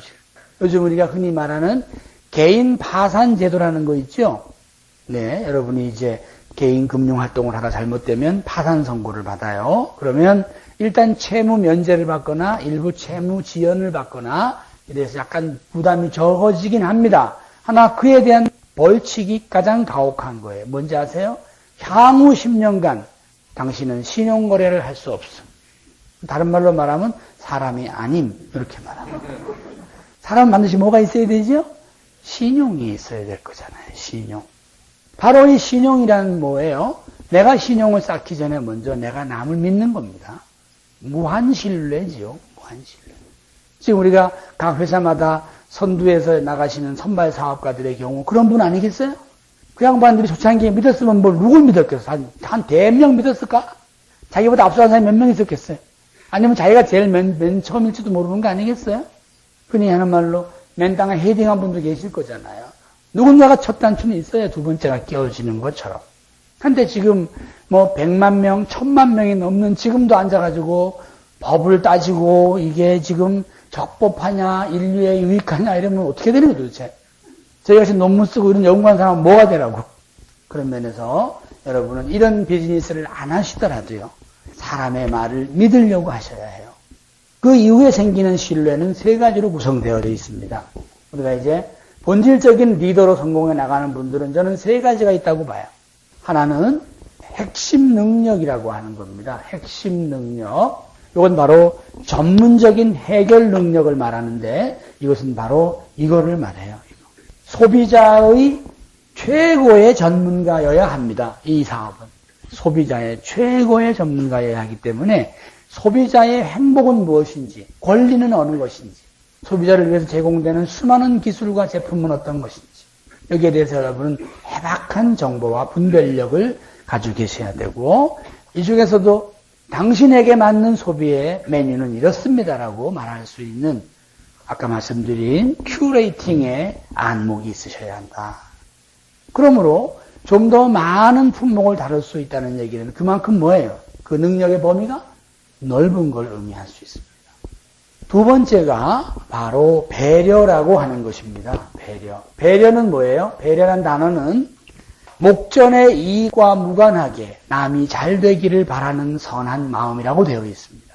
여러분은 이제 이 사업을 통해서 조금씩 나아가시고자 한다면 하위 사업자가 생기거나 또는 소비자 회원이 늘어야 합니다. 이것을 나의 성공을 위해서 노력하시다 보면 뜻대로 안 될 수도 있습니다. 하지만 옆에서 가령 저분은 참 여러 가지로 보면 사회활동도 잘하실 것 같고 또 배운 것도 좀 있어 보이시고 말씀도 참 잘하시는 것 같고 나랑 같이 이런 일을 하면 참 좋을 텐데 라는 마음, 이게 배려의 마음이지 이게 꼬드김에 근데 이런 배려가 없는 양반은 아이고 그냥 저렇게 살다가 죽겠지 뭐 하고 그냥 냉정하게 흘려보낼 수도 있는 겁니다. 여러분은 과연 주변에서 이런 진정한 배려의 마음을 얼마나 베풀고 계시는지요? 여러분이 정말 이것이 이롭고 가치 있는 일이라고 한다면 마치 우리가 길거리에서 노방전도라고 그러나? 이런 거 하시는 분들처럼 이롭다고 하면 막 원해야 되지 않습니까? 얻어맞아 가면서도 이걸 주저하신다면 여러분이 믿고 있지 않다는 거 아니겠어요? 아니면 이율배반이거나 나는 믿는데 남한테 말하지 못하는 거. 그 본질은 뭐냐? 저희들은 학문적으로 배려의 마음이 부족하다. 엘트루이즘이라고 불러요. 이타주의. 이 사업은 세상의 성공은 그렇습니다. 남이 잘 되기를 바라는 사람이 안 되는 경우는 세상 천지에 없습니다. 한번 해보세요. 그냥 매일같이 아이고 나를 제외한 대한민국 사람 다 잘 됐으면 좋겠다 이러시면요 여러분 다 잘 되게 돼 있어요. 문제는 정반대로 하니까 문제야. 나만 잘 됐으면 좋겠고 그러면 그게 되겠습니까? 그래서 여러분이 대학에서 요즘 배려를 학문적으로 가르친다는 사실을 잊지 마시기 바라요. 학문의 대상이 옳시다. 세 번째가 배려라고 하는 것을 하다 보면 사람이 무원칙해지기 쉽습니다. 그러면 성공도 못해요. 그래서 마지막 세 번째가 원칙이라고 되어 있습니다. 내가 아무리 배려가 많고 유연하고 따뜻한 사람이나 원칙은 있어야 합니다. 원칙에 몇 가지. 기업은 반드시 뭐가 생겨야 되죠? 이윤이 생겨야죠. 기업은 시간이 흐르면 반드시 뭐 해야 합니까? 성장해야 합니다. 여러분이 그걸 증명해 보이셔야 될 거 아니에요. 내가 5년이 되고 6년이 됐으면 통장이 같으면 되겠어요? 이윤이 증가하고 성장하려고 그러면 회원 수가 같으면 되겠냐고요. 원칙의 문제지 실적의 문제가 아니잖아요. 왜 대답을 안 하지? 저는 지금 원칙을 말하고 있지 제가 언제 실적을 말했나요? 아니면 이런 원칙을 정해놓지 마시든지. 그러나 이 원칙은 여러분이 정한 게 아니옵시다. 경영의 원칙은 세상 모든 사람이 정해놓은 겁니다. 두 가지예요. 경영은 항상 커야 합니다. 발전해야 하고요. 그 본질은 이윤이 증가해야 합니다. 여러분도 마찬가지가 되겠죠? 그래서 이제 여러분을 프로모션하기 위해서 각 회사마다 명칭은 다르지만 뭐 여러 가지 피인이나 이런 이름을 붙여서 프로모션 시켜드리고 있지만 이건 회사가 권하고 자극할 일이 아니죠. 스스로 하셔야죠. 스스로. 자, 그렇다고 보면 여러분이 돌아가셔야 될 마지막 그 순간이 생애에서 가장 많은 매출이 나와야 되지 않아요? 이 말이 옳다면 그날 통장이 제일 많이 찍혀야 되지 않나? 한데 사람의 조사를 해보면 그렇지를 않아요. 산업사회의 경우는요, 조직인간의 경우는 95%의 사람은 46살 때 수입이 제일 많습니다. 5%의 사람은 54살 때 수입이 제일 많아요. 1%의 사람만이 59살까지 수입이 증가합니다. 하나 이것도 이미 흘러간 옛날의 얘기예요. 97년 이전의 통계가 이렇고요. 지금은 국민의 통계를 담당하는 통계를 토대로 말씀을 드리면 저희들 추정은 현재 약 인간의 잠재적 소득 창출 능력을 바탕으로 말씀드리면 대부분의 분들은 30대 후반이 인생에 가장 성공할 수 있는 정점인 것 같아요. 이것은 즉 말하자면 지식가치와 경험가치의 중간쯤 되는 사회를 전제로 하면 그렇고요. 지식가치를 전제로 하는 세상으로 가면 아마 30대 초반의 인생의 정점이 오지 않을까. 이렇게 지금 조심스럽게 점을 치고 있고 그렇게 보이시죠? 그러면 가까운 장래에 30대 초반에 만일에 인생의 정점이 나타난다고 그러면 이 얘기 들으시는 대부분은 다 지나갔잖아요. 근데 지금 여러분의 건강 상태로 봐서 거의 돌아가실 가능성이 없지 않아요, 지금? 요즘 뭐 얼마나 오래 살게 될지 정말 여러분도 모르고 저도 모르겠어요. 뭐 근자에 나온 생명공학 기술은 이렇게 말하고 있지 않습니까? 생명과학 기술은 인간의 한계 수명이 과거엔 120세 그러더니 엊그저께 나온 논문에는 150세. 뭐 여러분 잘못 걸리면 그리로 가세요. 150까지. 한번 해보시지 그래. 배드민턴 치고 약수터 다니면서 150까지요. 그래서 우선 노인으로 살아가는 데 대한 마음의 준비도 필요합니다. 오늘 제 얘기의 마지막인데요. 대부분의 사람은 인생의 절반 이상을 노인으로 살아가시지 않을까요? 이 말이 옳다면? 그런데 행복한 노인에 대한 여러 연구들이 있습니다. 하지만 제가 그 연구를 종합해서 말씀을 드리면 어떤 분들이 가장 행복한 노인이었는가에 대해서 제일 첫 번째는 일을 하시다가 돌아가신 분으로 되어 있어요. 일을 하시다가. 두 번째는 그리운 친구와 놀다가 돌아가신 분. 참 행복하겠죠? 세 번째는 사랑하는 사람하고 좋은 감정을 나누다가 돌아가신 분. 그런데 가로 열고 꼭 배우자는 아니었음. 뭐 그런 것도 있습니다. 이와 관련해서 또 한마디 외람되게 드리고 싶은 말씀은 배우자는 사랑했던 사람이라고 그러더만. 왜? 자꾸 뭘 바라는 게 많다는 거예요. 바라는 게 많은 거예요. 피차가. 저는 이 분야의 전문이 아니어서 외람됩니다. 그러나 저 역시 또 이게 해결이 될 과제지만은 진정한 배우자라면 끊임없이 주는 거 아닌가요? 근데 그렇지 않은가 봐요. 그런데 행복한 노인의 세 번째 조건은 하여튼 사랑받는 사람이 하나 있어야 된다는 거야. 하고 나를 사랑해 주는 사람이. 근데 꼭 배우자는 아니었다는 거 아닙니까? 네 번째가 운동하다가 돌아가신 분. 마지막 다섯 번째가 지갑을 열다가 돌아가신 분. 이렇게 되어 있어요. 그래서 우리가 보면 말년을 위해서 많은 돈이 필요한 것 같아 보이나 그보다 더 중요한 것은 내가 무엇을 이 세상에서 할 수 있는가. 나의 역할이죠. 가정에서의 역할, 남편과 아내의 역할, 할아버지 할머니의 역할, 세상 사람의 역할 중에 제일 어려운 역할이 뭐겠어요?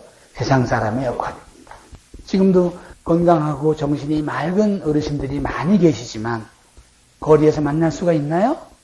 그분들은 그렇게 할 수가 없는 것이 종래의 우리 사회는 산업조직이라 그래서 건장한 나이에 일정한 교육을 받은 사람이 집단적인 활동을 하는 특별한 세상이었습니다. 이른바 기업 경영조직 시대였거든요. 그래서 들어가는 날이 따로 있고 나오는 날이 따로 있어서 껴 넣어주지도 않아. 하지만 지금 제가 말하는 미래사회는 그렇지 않죠. 각자 자기 방에서 혼자 살아가고 있는데 내가 혼자 계속 그림을 그리든 또는 나무를 심고 있든 누가 뭐라 그러겠어요. 그 일이 지속 가능하기만 하다면 동의하시나요? 그런 일에 뭔가를 찾아서 정신과 육체가 가능한 범위 안에서 한다면 그게 어떻게 세월이 문제가 되겠는가. 요즘 이것을 정부에서 뭐 고령자 취업 정책으로 이렇게 하는 것은 그건 아주 미봉책이잖아요. 아주 딱한 처지에 계신 분에게 생활 대책으로 하는 거지 행복감이 아니지 않습니까? 존경하는 사업가 여러분. 여러분 앞에는 너무나 긴 세월이 기다리고 있어요. 준비된 분한테는 이보다 더 복된 사회가 없지만 그렇지 않은 분한테는 이게 삶인지 형벌인지 저도 이렇게 함부로 말할 수는 없겠지요. 그런 면에서 우리는 특이한 또 하나의 과제가 있습니다. 장수사회가 있다. 지금 세상의 모든 국가나 과학자나 많은 사업가들은 여러분의 수명을 늘리기 위해서 건강한 노년을 위해서 부일철주야 노력하고 있습니다. 그런데 여러분은 그것을 살아가실 준비가 안 돼 있으시면 이거 아이러니 아닌가요? 저에겐 90이 다 돼가시는 노모가 계십니다. 자녀인 저는 참 감사한 일이지만 저희 어머니께서 경제활동을 안 하신 지는 50년이 넘었습니다. 본인이라고 답답하지 않으시겠어요? 제가 넷째 아들인데 위에 있는 형 셋도 다 은퇴했어요. 이제 막내인 저도 이제 50대 중반이 다 돼가요. 대학생들도 요새는 또 오래 못해요. 좀 있으면 또 영어로 수업하래. 그럼 집에 가라는 얘기 아니에요. 저희 어머니 교회 권사님인데 기도 제목이 한 가지. 우리 막내 아들 좌우간 잘 되게 해라. 집안되기 이래 죄송합니다만은 이 복돼야 될 노년에 대해서도 이렇습니다. 현실이. 그래서 저는 우리 이 비즈니스를 하시는 분들에게 우리 사업에 관심 있는 분들에게 좀 더 어르신들을 좀 많이 모시고 왔으면 좋겠다. 그런 생각이 들어요. 왜냐하면 신상품, 신기술이 거의 되게 어느 쪽이겠어요? 이건 실버 비즈니스예요. 실버는 생산이에요, 소비예요. 그쪽은 거의다가 소비라고요, 소비. 국가에서 예산을 받아도 쓰게 돼 있고 보험금 받아도 쓰는 거 아니에요? 조금 있으면 우리가 수발보험이라고도 나오죠. 이 우리가 젊어서 맡겨놓은 돈들은 다 언제 나와요? 연금이든 보험이든 정부가 주는 보조금이든 다 노년에 나올 거잖아요. 어르신들이 이 상품을 고르고 포트폴리오에 짤 만한 능력이 있으시겠어요? 하지만 안 쓰면 되겠어요? 지팡이가 필요하신 분은 평생 지팡이를 집으셔야 되는데 그분이 지팡이 회사에다가 이윤 청구권을 얘기할 수 있겠어요? 하지만 우리 걸 쓰시면 그럴 수 있지 않나요? 이를테면 그렇단 말씀이에요. 그래서 소비자 회원으로 또 조금 좀 적극적이신 분은 사업가로 좀 인바이트 하셔서 그러므로 이런 펑션을 하더라도 계단 많지 않은 데로 평평하고 대중교통이 잘 다니는 데로 그래 좀 하세요. 어르신들이 와서 좀 앉아 계시기 좋게. 그런 분들이 인생의 지혜를 나누어주면 얼마나 좋으시겠어요. 조금 있으면 젊은이들하고 그 어른들하고 인구가 뒤집어진다. 특히 대도시의 경우 산업사회 때문에 많이 몰려왔던 전국 지방 출신 여러분 안 돌아가실 거잖아요. 여기서 계속 계실 거 아니에요, 지금. 고향으로 가셔야 될 거 아니에요, 지금. 서울, 부산, 대구에서 거긴 찍고 돌아가는 곳이지 그게 계속 사시는 데가 아니라니까. 하지만 다행스러운 것은 이곳은 소비도시죠. 따라서 소비자 기업이 필요하죠. 모두가 사업이죠. 가시면 안 돼, 그래서. 그런 면에서 대도시에서도 좀 더 많은 왕성한 활동을 하시기를 바랍니다. 여러분 고맙습니다.